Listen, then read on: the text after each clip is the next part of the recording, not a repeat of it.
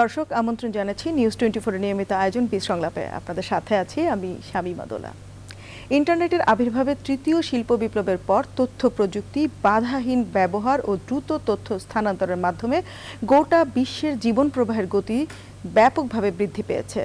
এই ডিজিটাল বিপ্লবের ছোঁয়ায় উৎপাদন ব্যবস্থার ঘটবে অকল্পনীয় পরিবর্তন, যেখানে উৎপাদনের জন্য মানুষকে যন্ত্র চালাতে হবে না, বরং যন্ত্র স্বয়ংক্রিয়ভাবে কর্ম সম্পাদন করবে এবং এর কাজ হবে আরও নিখুঁত ও নির্ভুল।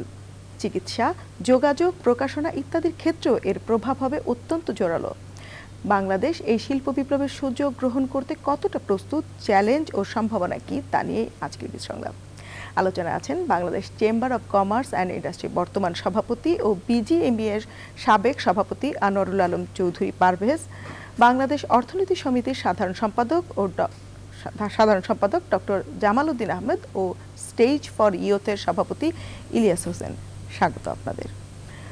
প্রথমেই আমি জামাল উদ্দিন আহমেদ আপনার কাছে জানতে চাই যে এই যে চতুর্থ শিল্প বিপ্লব হতে যাচ্ছে, এর আসলে চ্যালেঞ্জগুলো কি এবং সুবিধা কি, একটু চতুর্থ শিল্প বিপ্লবটির বিষয়েও আপনি একটু বলবেন, একটু সহজ করে দর্শকদের জন্য বলবেন। ধন্যবাদ।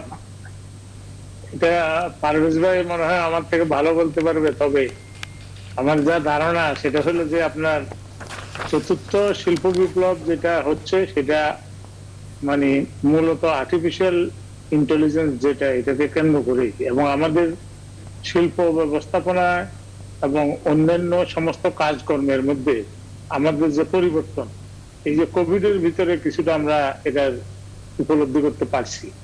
সেটা হলো যে আপনার সমস্ত কিছুতে যে অনলাইন বিজনেস, তারপরে আপনার ই কমার্স, তারপরে ডিজিটালাইজেশন ও ফাইন্যান্সিয়াল ডিজিটালাইজেশন, এবং এগুলার যে ব্যাপক বিস্তার, সেই বিস্তারের মধ্যে দিয়া faster delivery of the service, secure and reliable এবং শিওর এটা হবেই ট্রানজাকশনটা।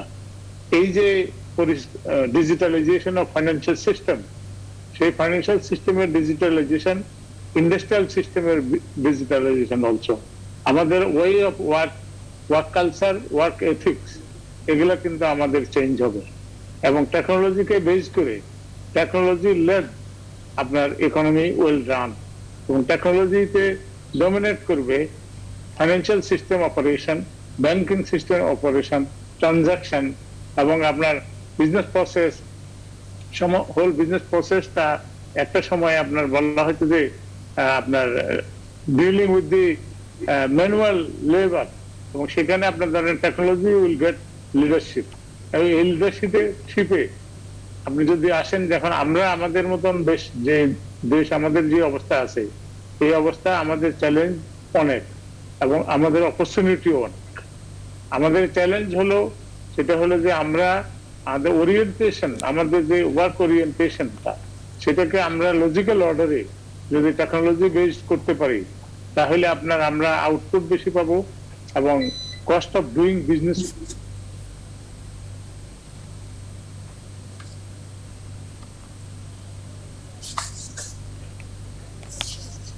আচ্ছা, আমি আনোয়ারুল আলম চৌধুরী পারভেজ আপনার কাছে জানতে চাই যে যতটুকু বুঝলাম যে চতুর্থ শিল্প বিপ্লবটি আসলে টেকনোলজি বেসড হবে এবং ডিজিটালি হবে এবং সেখানে রোবোটিক্সের ব্যবহারও হবে। তো শিল্প কারখানাগুলোতে যে এই যে টেকনোলজি ব্যবহার হবে, তার ফলে তো কাজ অনেক সহজ হবে, অনেকটা নিখুঁত হবে এবং মানুষের শ্রমিকের সংখ্যাও কমে যাবে, সেই জিনিসটা হবে। তো অনেক কারখানায় তো ইতিমধ্যেই শুরু করেছে, তার ফলে শ্রমিক কর্মহীন হবে। এই চ্যালেঞ্জটি হবে কিনা এবং সেই চ্যালেঞ্জটি কিভাবে মোকাবেলা করবেন আপনারা?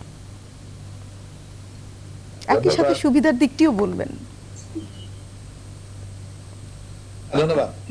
আসলে ফোর্থ ইন্ডাস্ট্রিয়াল রেভলিউশন নিয়ে সবাই কিন্তু ভয় পাচ্ছে,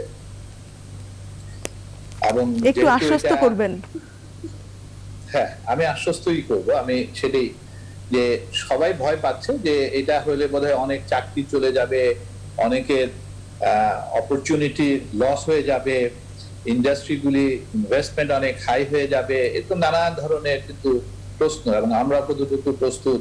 আবার ওয়ার্ল্ড ইকোনমিক ফোরাম বলে যে প্রায় 800 মিলিয়ন জব ওয়ার্ল্ড ওয়াইড হারিয়ে যাবে, বাংলাদেশ 5.7 মিলিয়ন জব লস করবে বাই 2030। এই যে এইসব কথাগুলি, কিন্তু আমি একটু যদি ফেরত যাই, যখন কম্পিউটার আসে তখন কিন্তু এই একই কথাই সবাই বলছিল যে কম্পিউটার আসবে, অনেক কাজ সহজ হয়ে যাবে, অনেকের চাকরি চলে যাবে, এই হবে সেই হবে, নানান জিনিস।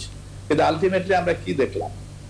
আমরা দেখলাম যে কম্পিউটার আসার পর থেকে চাকরি তো যাই নাই, উল্টা নতুন এমপ্লয়মেন্ট ক্রিয়েট হয়েছে কিন্তু, এবং নতুন নতুন মার্কেট সাইজও কিন্তু বড় হয়েছে, মানুষের অ্যাকাউন্টেবিলিটি সিস্টেমটা ডেভেলপ করেছে, মানুষের ম্যানেজমেন্ট অনেক সহজ হয়ে গিয়েছে, এবং তাতে গিয়ে এফিসিয়েন্সি লেভেল এগুলো কিন্তু অনেক বেড়ে গিয়েছিল বলেই দেখা যাচ্ছিল যে প্রোডাক্টিভিটি দিক থেকে কস্ট অফ ডুইং বিজনেসও অনেক কম হয়ে গেছিল, এবং প্রোডাক্ট কস্ট কিন্তু ম্যানুফ্যাকচারিং কস্ট কিন্তু অনেক কমে গেছিল, যাতে করে মানুষের যে ক্রয় ক্ষমতা সেটাও যেমন বেড়েছিল, এবং ব্যবসা কিন্তু সম্প্রসারণও কিন্তু অনেক হয়েছে।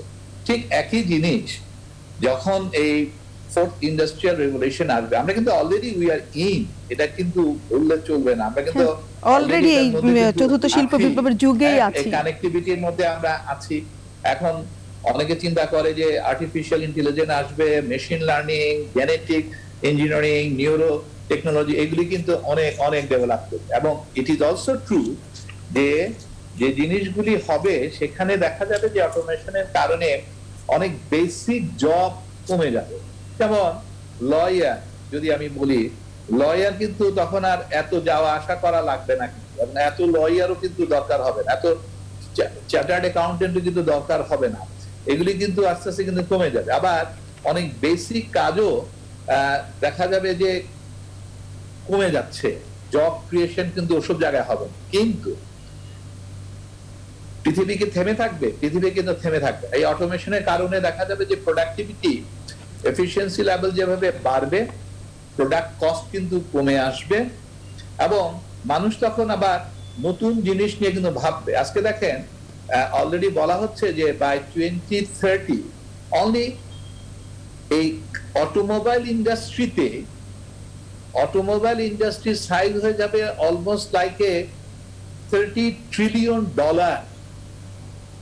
এবং এই যে $30 ট্রিলিয়ন হবে, তার মানে কি নতুন করে কিন্তু আবার অনেক জব ক্রিয়েট হয়ে যাবে। হ্যাঁ, হয়তো দেখা যাবে যে গাড়ির মধ্যে এখন অনেক পার্টস লাগতেছে, অনেক ইঞ্জিন, বড় বড় ইঞ্জিন লাগতেছে, তখন কিন্তু দেখা যাবে যে ব্যাটারি চালিত অনেক জিনিস আসবে, নতুন করে আবার ওগুলি সৃষ্টি হবে, গাড়ির মধ্যে আবার নতুন নতুন জিনিস, সফিস্টিকেটেড জিনিস, সফটওয়্যারের জিনিস, এই ধরনের জিনিসগুলি কিন্তু অ্যাড হতে থাকবে। তার মানে এটা কি, রিপ্লেসমেন্ট যে হচ্ছে ওটার সাথে সাথে কিন্তু জব ক্রিয়েশনও কিন্তু বিরাট আকারে কিন্তু হতে থাকবে। একই জিনিস হয়তো গার্মেন্ট সেক্টরেও দেখা যাবে যে ইয়েস, আমরা এখন আস্তে আস্তে অটোমেশনে যাচ্ছি। আমরা একটা সময় দেখা যেত কাটিং সেকশনে প্যাটার্ন করতে 7জন 8জন লোক লাগতো, যদি সেই ইন্ডাস্ট্রির সাইজ মাসে 2 লক্ষ পিস যদি তাকে কাটতে হতো।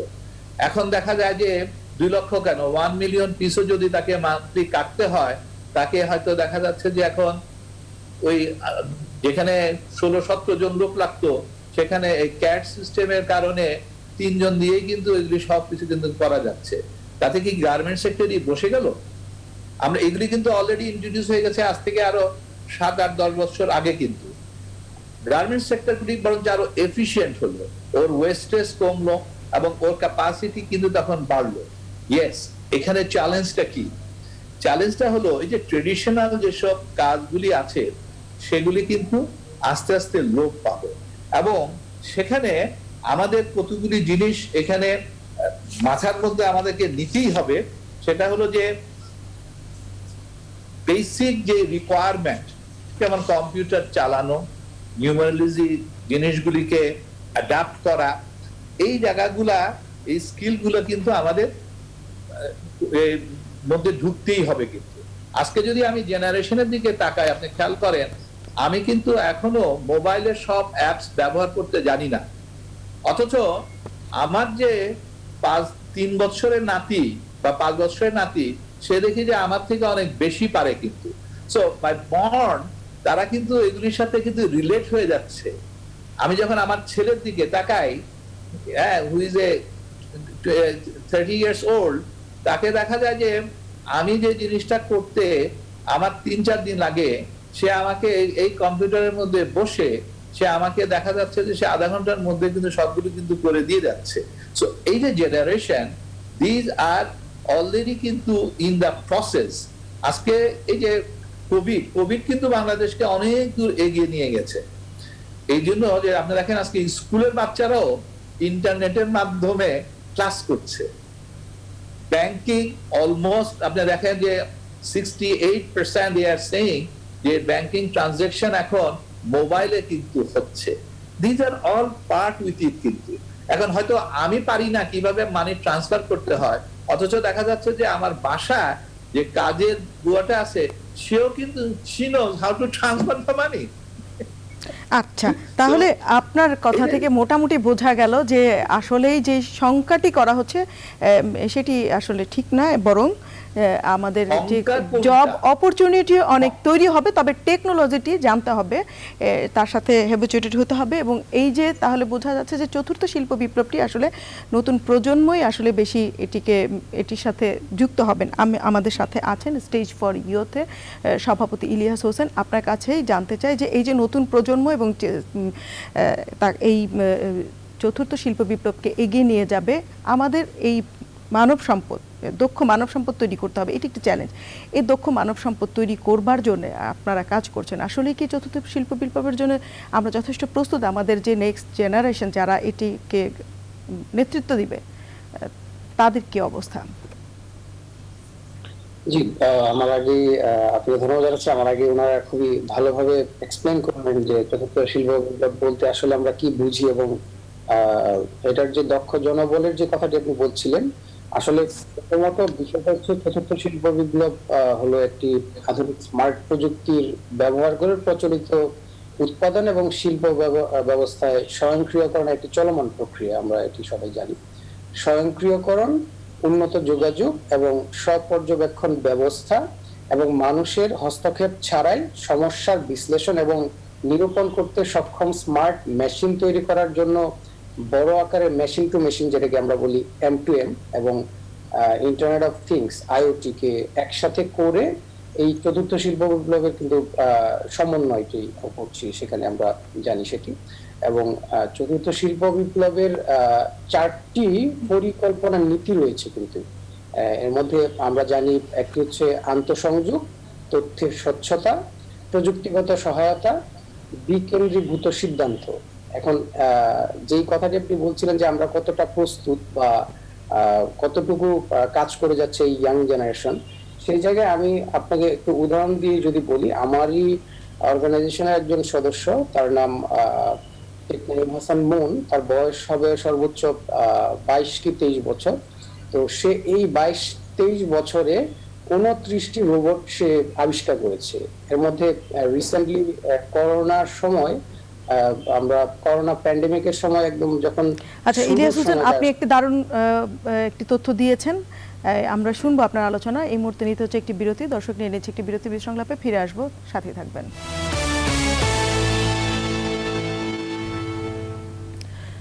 দর্শক, বিরতির পরে আবারও ফিরে এলাম সংলাপে। আমরা কথা বলছিলাম চতুর্থ শিল্প বিপ্লব ও ব্যবসা বাণিজ্য প্রসঙ্গে। আমরা বিরতির আগে শুনছিলাম স্টেজ ফর ইয়ুথের সভাপতি ইলিয়াস হোসেনের বক্তব্য।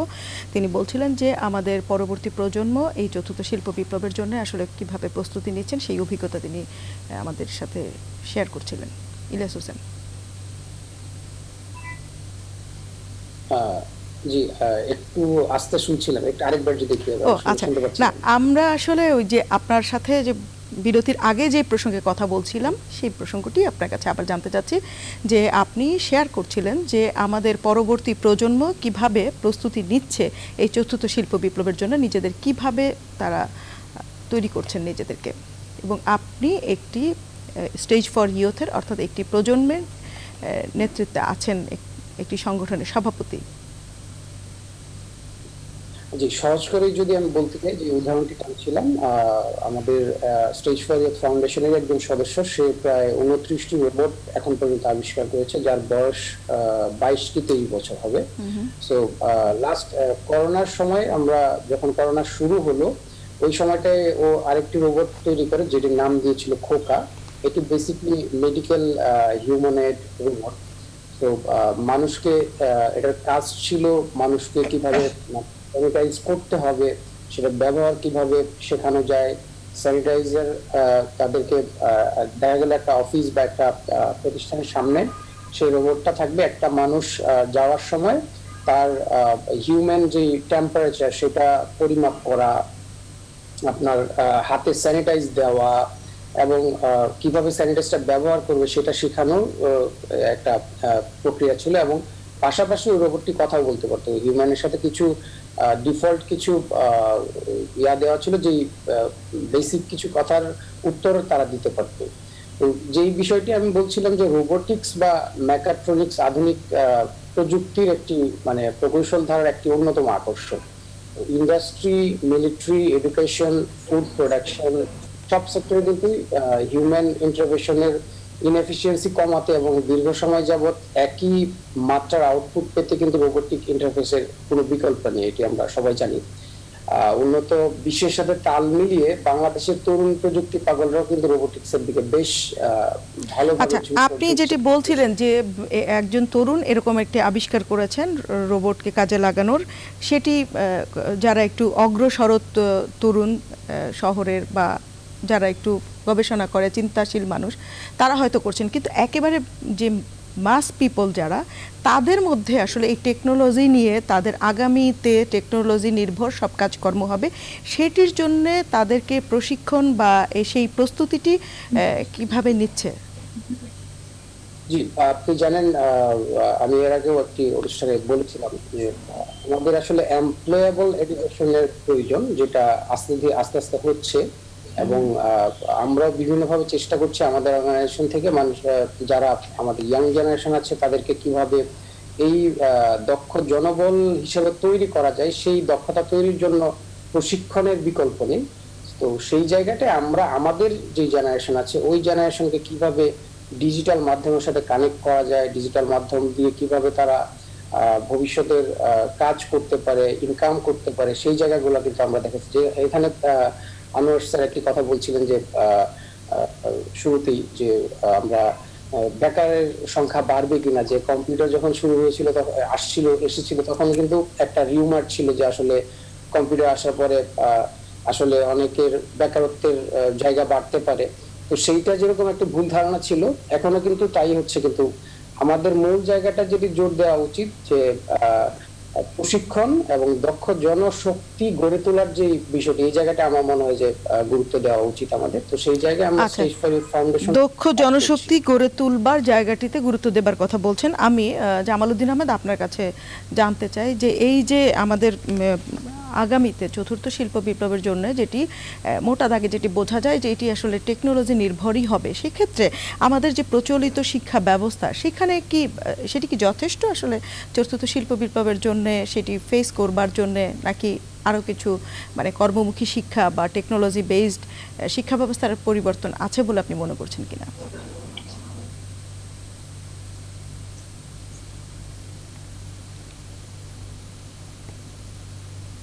জামালউদ্দিন আহমেদ, শুনতে পেয়েছেন আমাকে? আপনার অডিওটি মনে হয় ডিসকানেক্টেড আছে, একটু কানেক্ট করে নেবেন। ওকে, আমি যেটা বলবো যে আমাদের যে কাজ রিপিটেটিভ কাজ, মানে যে সমস্ত কাজ নন ভ্যালু এডিশন, এই কাজগুলো কমে যাবে। ভ্যালু এডিশন জবটা বাড়বে। আপনার এভরিবডি তারা যে কাজটা করবে এটা ফাস্টার, রিলায়েবল, সিকিউর। যেমন আমাদের দেশে একটা জিনিস যদি পারভেজ ভাই যদি ওনার একজন টাইপিস্ট বলে যে একটা চিঠি রেডি করে আনো, সে একবার ড্রাফট করে, ড্রাফট 3-4 বার উনি চেক করে দেওয়ার পরে সেম কাইন্ড অফ লেটার।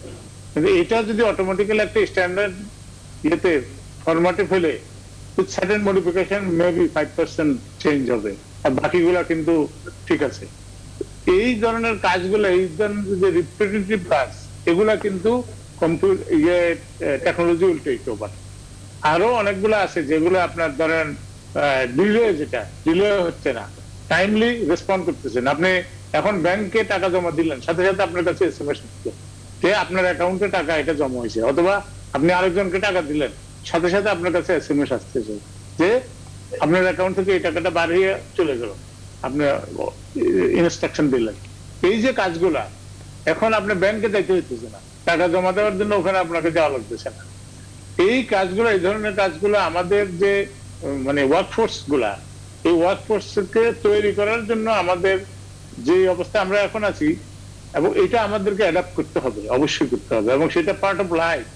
এটা কিন্তু নতুন করে যে একবারে আলাদা গ্রাজুয়েশন করে আসতে হবে, নো, এর ভিতরে থেকেই কিন্তু করতে হবে। এবং এটা already we are in practice আছি। তো সেটা যত লেটেস্ট টেকনোলজি আসবে, যত ফাস্টার লেটেস্ট টেকনোলজিকে আমরা অ্যাডাপ্ট করতে পারি, দ্যাট ইজ বেটার। এবং সেখানে আপনার ধরেন আমাদের এখানে যে গার্মেন্টস ইন্ডাস্ট্রি আছে, এই গার্মেন্টস ইন্ডাস্ট্রিতে এখন আমরা যারা কাজ করতেছি, এই লোকগুলাই একটা সময় দেখা যাবে যে অন্য কাজেও চলে যাবে, সে তার যে মার্কেটিং জবে যাবে। আর হোল ইকোনমিতে যে কাজগুলো হচ্ছে, এটা কিন্তু billions and billions of transaction হচ্ছে। সেই ট্রানজাকশনের ভিতরে এক একজনের কাজ আরেকজন করতেছে। পারভেজ ভাই যেটা করতেছে সেটা আমি করতেছি, আমি আরেকটা কাজ করতেছি ওনাকে হেল্প করার জন্য। এই যে ইকোনমি একটার উপরে ইন্টারডিপেন্ডেন্সি, যেটা একটার সাথে আরেকটার কাজের লিঙ্ক, এই লিঙ্ক কাজগুলা প্রত্যেকটা জায়গায় এটা বাড়বে, ইকোনমিক অ্যাক্টিভিটি যত বাড়বে তবে এটা মোর ফাস্টার হবে। তাতে মানে আপনার জিডিপি পরিমাণ বেড়ে যাবে, ইকোনমির পরিমাণ বেড়ে যাবে। এখন ধরেন আপনি একটা দোকান থেকে একটা জিনিস কিনতেন, আপনি এখান থেকে যায় বাজারে যেতেন, এখন কি করতেছেন, আপনি অর্ডার দিলেন, অর্ডার দিয়ে বললেন যে ভাই এসএমএস করে বললেন যে আমার এটা পাঠিয়ে দেন, এই স্পেসিফিকেশন, ওগুলো আপনি পাঠিয়ে দিলেন, নেওয়ার পরে আপনাকে বাসায় পৌঁছাই দিল। আচ্ছা, আপনি যেটি বলছেন যে আমরা অলরেডি এই প্র্যাকটিসের মধ্যে আছি, কিন্তু আমি যেটি জানতে চেয়েছিলাম, শিক্ষা ব্যবস্থা আমাদের প্রচলিত যে শিক্ষা ব্যবস্থা আছে সেখানে কি এই টেকনোলজি নির্ভর যে কাজগুলো, তার জন্য আর একটু পরিবর্তন দরকার আছে কিনা, নাকি এই ব্যবস্থার মধ্য দিয়েই আসলে আমরা এগুলো অ্যাডাপ্ট করে নিতে পারবো, আপনি এরকম মনে করছেন? অবশ্যই দরকার আছে এইটা। এই কাজগুলো শিক্ষকতার মধ্যে, যেমন আমরা শিক্ষা ব্যবস্থার মধ্যে আমাদেরকে যেটা পড়ায়, আমরা গ্রাজুয়েশন করলাম, গ্রাজুয়েশন করার পরে মুখস্থ বিদ্যা ভিত্তিক যে শিক্ষা, সেটা থাকবে না, সেটাকে চেঞ্জ করতে হবে। এখানে সিলেবাসের মেজর একটা ওভারহল করার দরকার। আপনার একটা স্টুডেন্ট যখন ঢুকতেছে, যেমন আপনার জানেন আমেরিকাতে একটা, এই কানাডাতে আপনি যদি আপনার বাচ্চাদেরকে পাঠান, আমরা তো এই সুযোগ পাইনি, এখন আমরা দেখতেছি। আচ্ছা, তাহলে আপনি এখানে শিক্ষা ব্যবস্থা একটু পরিবর্তনের কথা বলছেন। আনোয়ার আলম পারভেজ, আপনার কাছে জানতে চাই, আপনি তৈরি পোশাক খাতের সাথে জড়িত আছেন, আপনার তৈরি পোশাক খাতে যে শ্রম শক্তি আছে, যে শ্রমিকরা আছেন, তারা মোটামুটি একেবারেই যা বেশিরভাগ ক্ষেত্রে একদম শুরুতে যারা তৈরি পোশাক খাতে প্রবেশ করেন, তারা একেবারে অভিজ্ঞতাহীনভাবেই ঢোকেন। এই এত বড় একটি ওয়ার্কফোর্স, তাদেরকে অ্যাকোমোডেট করবেন কিভাবে? চতুর্থ শিল্প বিপ্লবের যে টেকনোলজি বেসড, যেই আর্টিফিশিয়াল ইন্টেলিজেন্সের যে যুগে আমরা প্রবেশ করতে যাচ্ছি, সেখানে বাংলাদেশের সবচেয়ে বিগেস্ট রিসোর্স কিন্তু হিউম্যান বিং। 117 মিলিয়ন পিপল আমরা, এবং এই যে রিসোর্স, এই রিসোর্সের সবচেয়ে ম্যাজিক পার্ট হলো we are a very quick learner. আজকে যে আপনি ওয়ার্কার গ্রুপ দেখতেছেন, আমরা কিন্তু খুব ফাস্ট লার্ন করতে পারি। সো এটা কিন্তু খুব একটা বেশি যে ডিফিকাল্ট হয়ে যাবে এক্সিস্টিংদের, তা কিন্তু না। কিন্তু আমি যে জায়গাটা অ্যাড্রেস করতে চাই সেটা হলো যে অল লেভেল অফ এডুকেশনে এটা কিন্তু এখন ম্যান্ডেটরি হতে হবে। কোয়ান্টিটিভ লিটারেসি, কম্পিউটিং স্কিল এবং বেসিক স্কিল, এই জায়গাগুলো এগুলি কিন্তু আমাদেরকে এখন সেই জিরো যে ক্লাস 1 থেকে যে আমরা পড়াচ্ছি, সেখান থেকে কিন্তু এগুলি এখন হয়ে আসতে হবে। কারণ একটা বিরাট জিনিস, এই যে আজকে কিছুক্ষণ আগে আমার একটা, ওই যে ওর নামটা কি, ইলিয়াস হোসেন, এখানে আছে যে ইলিয়াস হোসেন, স্টেজ ফর ইউথের, ও যে বলতেছিল এআই নিয়ে, আর্টিফিশিয়াল ইন্টেলিজেন্স। আসলে এই আর্টিফিশিয়াল ইন্টেলিজেন্স নিয়ে কিন্তু জন হপকিন্সের একটা কিন্তু কথাই আছে, he is very much worried. ও মারা যাওয়ার আগে কিন্তু বলেছিল যে মানুষকে কন্ট্রোল করবে রোবট, এবং it will be a disaster for the whole world. কিন্তু তাই বলে সায়েন্স তো থেমে থাকবে না, we have to be working out যে এটাকে কিভাবে ব্যালেন্স করা যায়। কারণ এটাতে সবচেয়ে বেশি এফেক্টেড কারা হবে? এখানে নাম্বার 1 হলো, দেখেন, ইকুয়ালিটি, ইনইকুয়ালিটি অফ ইনকাম কিন্তু হয়ে যাবে। যারা ব্রাইট, এটার সাথে অ্যাডাপ্টেড, তারা কিন্তু অনেক হাই স্যালারি পাবে।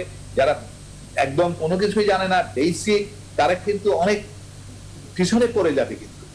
এবং এই যে জিনিসগুলি, এগুলিতে মেয়েরা চাকরি হারাবে, অনেক অনেক ছেলেরা চাকরি হারাবে যদি বর্তমান যে অবস্থা, এই যে জায়গায় যদি আমরা অবস্থান করি, আমরা যদি এখনই স্কিলের দিকে অ্যাড্রেস যদি আমরা না করি।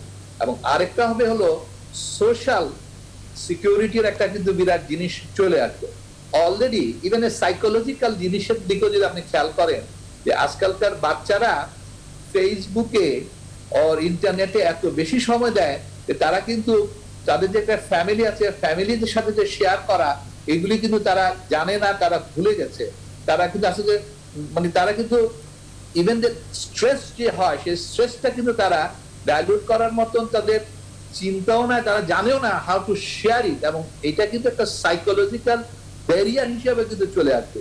সো স্কুল কলেজে এই যে এডুকেশন, এগুলির সাথে সাথে কিন্তু আমাদের যে হিউম্যান বিইং এর যে ক্যারেক্টার, সেটাকে কিন্তু সেটারও কিছু পরিবর্তন হয়েছে। আপনি যেটি বলছিলেন যে আমরা আসলে কুইক লার্নার এবং একই সাথে স্কিল ডেভেলপমেন্টের দিকে মনোযোগ দিতে হবে। এই মুহূর্তে নিতে হচ্ছে আরেকটি বিরতির পর ফিরবো বাকি আলোচনা। দর্শকের সাথেই থাকবেন। দর্শক, বিরতির পর আবারও ফিরে এলাম বীজ সংলাপে। আমরা কথা বলছিলাম চতুর্থ শিল্প বিপ্লব ও ব্যবসা বাণিজ্য প্রসঙ্গে। আমি Anwarul Alam Parvez, Bangladesh chamber of commerce and ইন্ডাস্ট্রির সভাপতি, আপনার কাছে আবার ফিরতে চাই। যে আপনি বলছিলেন যে অটোমোবাইল সেক্টরে $30 ট্রিলিয়ন একটি ডলারের বাণিজ্য হবে। সেই জায়গায় আসলে আমরা সেখানে অংশ পাবো কিনা, শেয়ার নিতে পারবো কিনা, আমাদের সেই প্রস্তুতি আছে কিনা? কথাটা কিন্তু বোঝা যাচ্ছে না।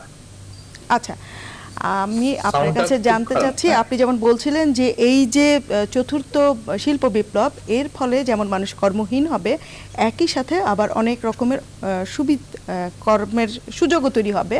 এবং অটোমোবাইল সেক্টরে আপনি একটি অঙ্ক জানিয়েছেন যে $30 মিলিয়ন একটি সুযোগ তৈরি হচ্ছে। আপনি কি শুনতে পাচ্ছেন আমার কথা? জি।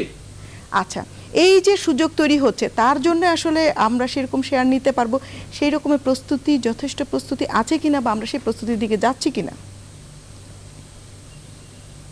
অফকোর্স, বাংলাদেশে একটা বিরাট সম্ভাবনা হলো, আপনারা শুনেছেন যে কোরিয়ান কোম্পানি হোন্ডাই, তারা কিন্তু অলরেডি বাংলাদেশে অটোমোবাইল ইন্ডাস্ট্রি করবে বলে ডিক্লারেশন দিয়েছে, এবং এটা নিয়ে কিন্তু কাজ চলছে। এবং সাথে সাথে জাপানিজ কোম্পানিরাও কিন্তু এখন বাংলাদেশে দিয়ে কিন্তু আসছে। জাপানিও কিন্তু হোন্ডা কোম্পানি, তাদেরও একটা ইন্টারেস্ট তারা শো করছে।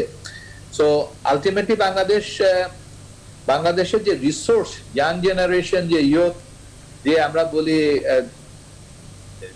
ডেমোগ্রাফিক ডিভিডেন্ড, তারা কিন্তু সেটাকে অ্যাপ্রিশিয়েট করে। এবং not only that, they believe যে বাংলাদেশের ছেলেরা, মেয়েরা, এরা কিন্তু খুব ফাস্ট লার্ন করতে পারে। বাট যে জিনিসটা দে আর কনসার্ন, সেটা হলো যে বাংলাদেশে যাতে লাইফ ইঞ্জিনিয়ারিং ইন্ডাস্ট্রিগুলি ডেভেলপ করে। এই কারণেই যে তারা যখন স্টাডি করে, তখন দেখে যে বাংলাদেশে আসলে কোনো কিছুই ওই সেন্সে ম্যানুফ্যাকচারিং হচ্ছে না। এবং যে কারণে আপনারা খেয়াল করেছেন যে আমিও বিসিআই প্রেসিডেন্ট হিসাবে কিন্তু বেশ কয়েকটা লাইট ইঞ্জিনিয়ারিং এর উপরে সেমিনার করেছি, এবং মিনিস্ট্রি অফ ইন্ডাস্ট্রিটা নিয়ে খুব কনসার্ন, এবং সরকার, মাননীয় প্রধানমন্ত্রী এটাকে তো থার্ড সেক্টর হিসাবে কিন্তু ডিক্লেয়ার করেছে। এখন তাতে গিয়ে আমি দেখতে পাচ্ছি যে লাইট ইঞ্জিনিয়ারিং ইন্ডাস্ট্রি অলরেডি গত বছর $539 মিলিয়ন তারা এক্সপোর্ট করেছে। The growth rate is almost like 30% compare to the previous year. So এই যে দিকগুলি, এগুলি কিন্তু ইন্ডিকেট করে যে আমরা আস্তে আস্তে সক্ষমতার দিকে কিন্তু এগিয়ে যাচ্ছি। বাট যে জিনিসটা সবচেয়ে ইম্পর্টেন্ট, আমি কিন্তু এখনো মনে করি, যেটা কিছুক্ষণ আগে জামাল ভাইও বলছিল, এবং ওই যে বারবার ভুলে যাই, ইলিয়াস হোসেন বারবার বলছিল যে স্কিল, এবং there is no shortcut way, যে আমাদের এই একটা ম্যাসিভ একটা স্টেপ নিতে হবে, সেটা হলো হিউম্যান রিসোর্স টেকনোলজিক্যাল এবং টেকনিক্যালি ডেভেলপের ক্ষেত্রে কিন্তু এর কিন্তু কোনো বিকল্প থাকবে না।